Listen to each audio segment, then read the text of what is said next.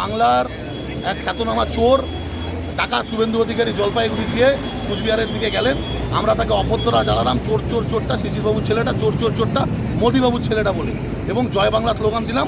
সে ভয়ে পালিয়ে গেল, আপনারা সকলেই দেখলেন। দাঁড়ানোর মতো দৃষ্টান্ত সে দেখাতে পারলো না।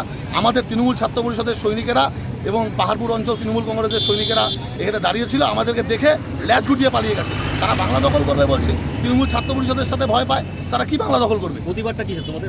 প্রতিবাদ কিসে? একটা চোর এসছে উত্তরবঙ্গের মাটিতে, জলপাইগুড়ির মাটিতে, এই পবিত্র মাটিকে কুলুষিত করেছে।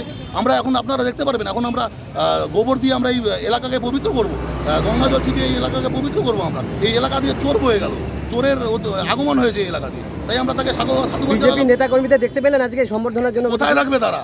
তৃণমূল ছাত্র পরিষদের কাছে ভয় পায়, সংবর্ধনা কোথার থেকে দেবেন? আমরা এতদিন দেখেছি যে জলপাইগুড়ি জেলার উপর দিয়ে কোনো নেতা গেলে তা থেকে সংবর্ধনা দেয়। তৃণমূল ছাত্র পরিষদ রাস্তায় রয়েছে, কোনো নেতা নেই, কোনো বিজেপির কোনো কর্মী নেই, রাস্তায় কেউ নেই, শুধু তৃণমূল ছাত্র পরিষদ সমগ্র জেলা জুড়ে। প্রত্যেকটা মোড়ে মোড়ে তৃণমূল ছাত্র পরিষদ আজকে তাকে অভ্যর্থনা জানাচ্ছে চোর চোর চোর।